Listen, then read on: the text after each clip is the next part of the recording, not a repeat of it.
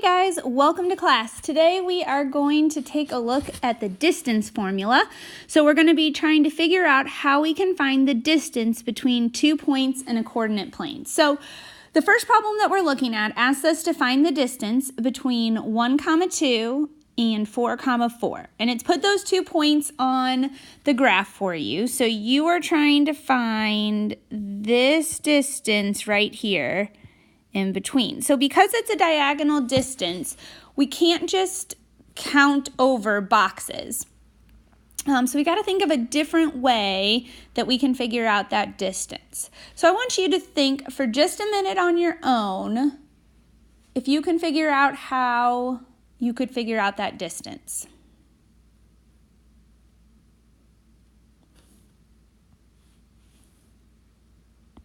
I'll give you a hint. Why don't you try using Pythagorean theorem?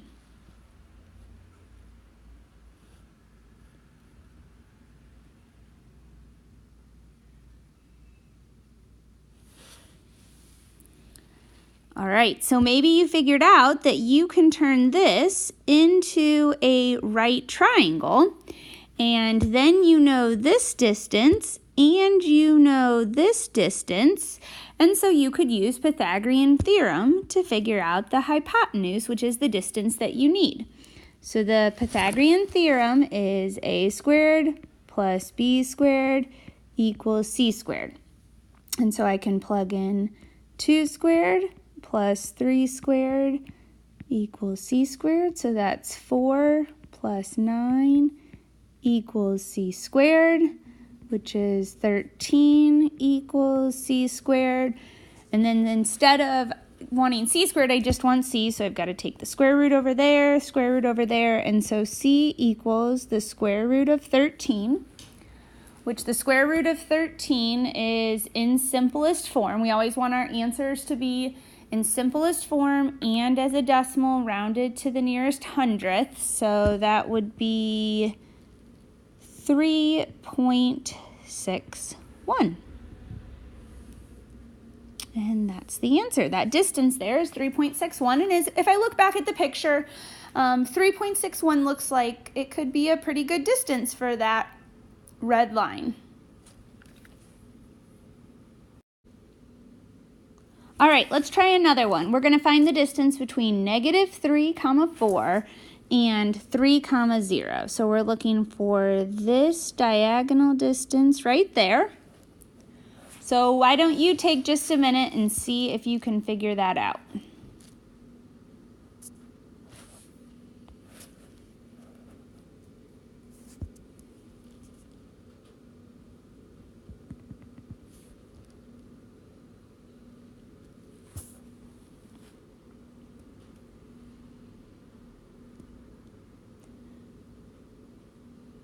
All right, so I turned it into another right triangle because the horizontal and vertical distances I can figure out pretty easily by counting.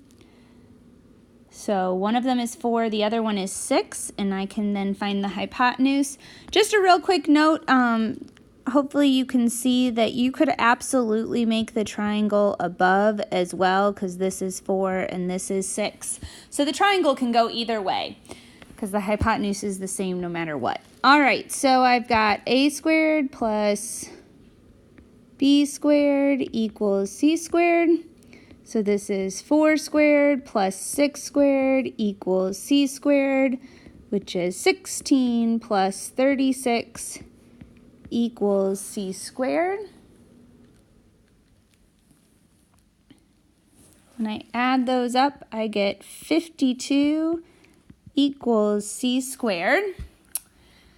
And I know 4 goes into that, so when I take the square root of each side and I have c equals the square root of 52, I can write that as the square root of 4 times the square root of 13.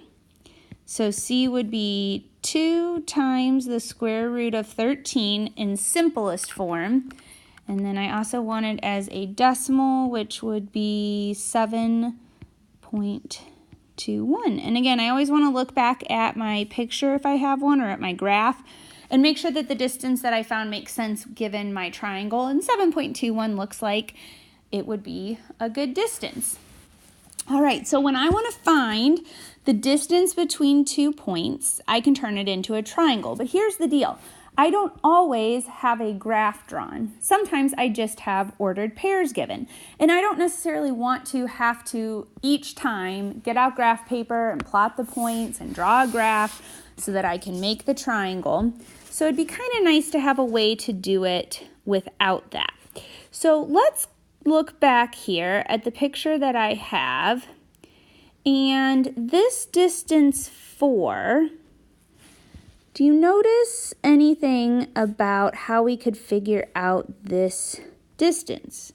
Well, it is just the vertical change, which is the change in the y's. And so I could determine that by subtracting the y coordinates. And you can either do y1 minus y2, or you could do y2 minus y1. And the reason that either way would work is because you're going to square it. So think about that. If you did 4 minus 0, that would be 4, and 4 squared is 16. If you did 0 minus 4, it would be negative 4 squared, but that's also 16. So it can work either way. And then let's come over here and take a look at this horizontal change. I can figure out that horizontal change by subtracting the x coordinates. So this would be 3 minus negative 3, which is 6. But again, you could do it either way, because if you did negative 3 minus 3, it would be negative 6. But 6 squared is 36, and negative 6 squared is also 36. So either way, it's going to work out since you're squaring that number. Okay, so let's take the Pythagorean theorem, which is what we're using. A squared plus b squared equals c squared. And we've already said here that one of the distances, the horizontal, I can get by subtracting the x coordinates. And again, you could do x2 minus x1 or x1 minus x2, it does not matter. And then the second distance I get by the vertical change, which is subtracting the y coordinates, and that equals c squared. But at the very end here, I don't want c squared, I want just c, so I've got to take the square root of both sides. So c is the square root of x2 minus x1 squared plus y2 minus y1 squared. And that is the distance formula, which looks like a really kind of complicated formula. If I just showed you that formula to start, it would look really overwhelming. But once you see that it really is just Pythagorean theorem, it is a squared plus b squared, it makes it a whole lot easier to understand that we're really just using Pythagorean theorem here to figure out that diagonal distance.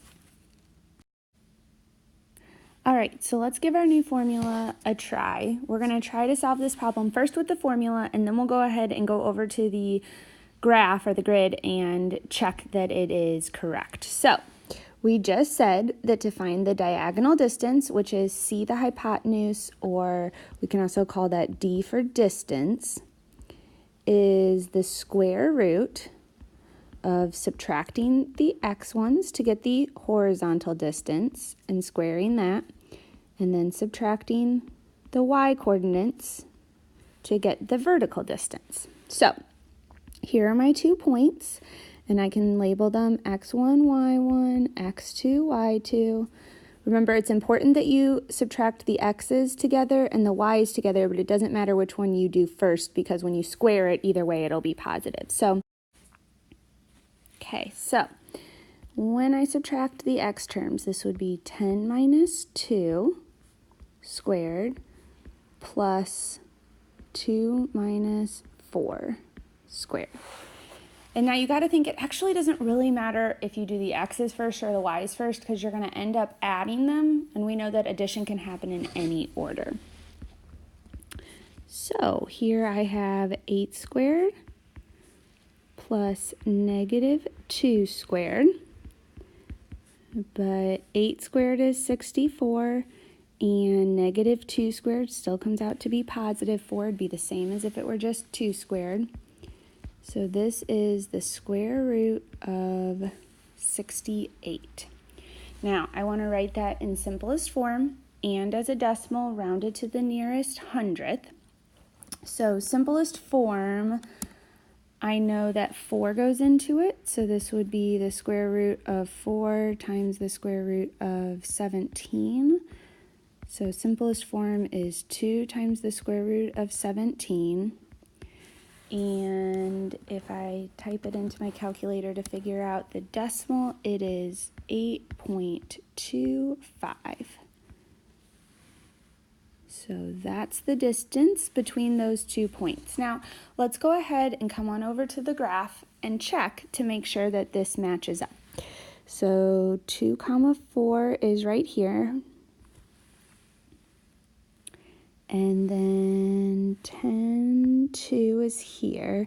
Now you got to notice on this graph that the x-axis counts by 1 and the y-axis counts by 2, which is not ideal, but it's okay. All right, so when I turn this into a triangle,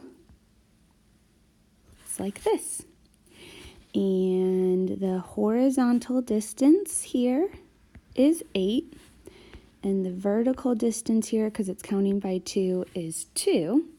And hopefully what you can see is that those match those numbers that you got there. And so we know that if we did 2 squared plus 8 squared equals c squared, this distance, that we would get the same answer. So hopefully you can see how this distance formula relates to Pythagorean theorem.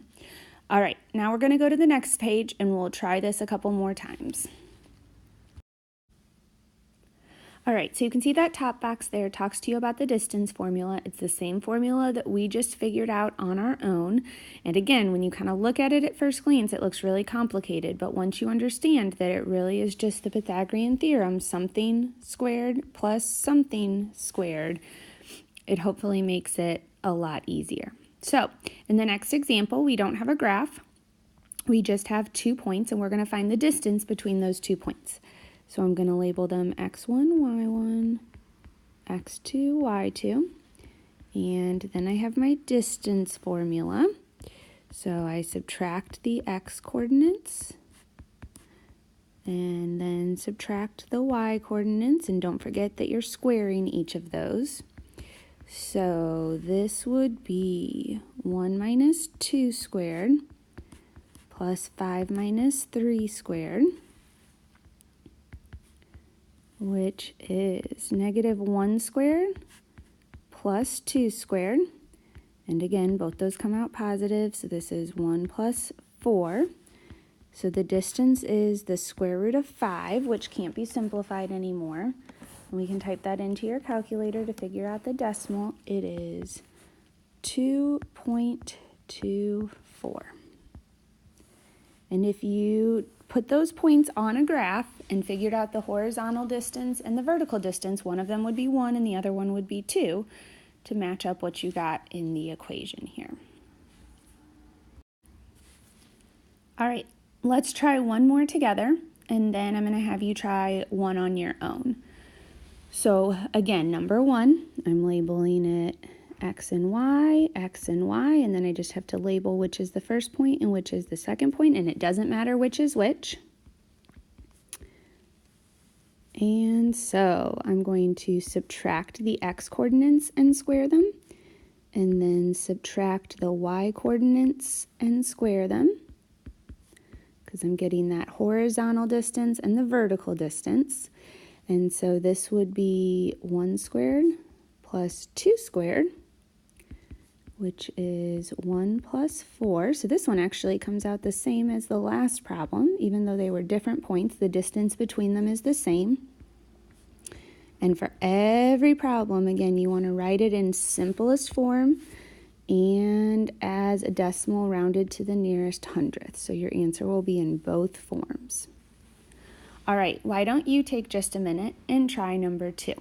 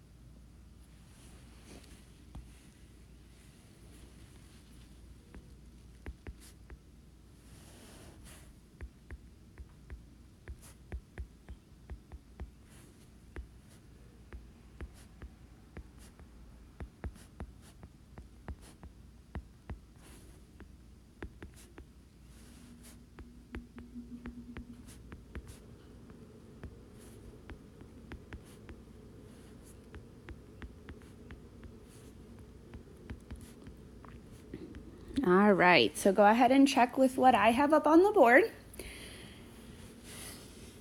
You'll notice I subtracted the x's, subtracted the y's. I ended up with 4 plus 4, which is the square root of 8. Now we know that 8 can be split into the square root of 4 times the square root of 2. So in simplest form, this is 2 times the square root of 2. And if I take the square root of 8 as a decimal, that is 2.83 when you round it to the nearest hundredth. So that would be the distance between those 2 points. All right, we're going to actually skip example 3 and 4 up above, but if you want a little bit more practice, those would be good ones to practice on. And let's come down here to example 2. So now we're back to seeing the points on a grid. It says a bird watcher uses a grid to photograph and record the locations of birds feeding on the ground. The grid is made up of fishing net with strands that are 1 foot apart. That should jump out to us because we now have a label that we've got to worry about. In the grid shown, each point represents the location of a bird. So the first question asks, how far apart are the birds A and B? Well, because we have a graph, there are 2 ways that you can solve this problem. One option is that you could turn this into a triangle. Say this distance is 3 and this distance is 4. And you could use Pythagorean theorem. So I can say that 4 squared plus 3 squared equals c squared. And then I'm going to square both of those. So I get 16 plus 9 equals c squared. 16 plus 9 is 25. And then I've got to take the square root of both those, and that actually is a perfect square, so c equals 5, that distance.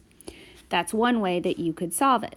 The other way that you could solve this problem is you could figure out that A is at the point 3, 2, and B is at the point 7, 5, and then you could use your distance formula where you subtract the x coordinates and then subtract the y coordinates,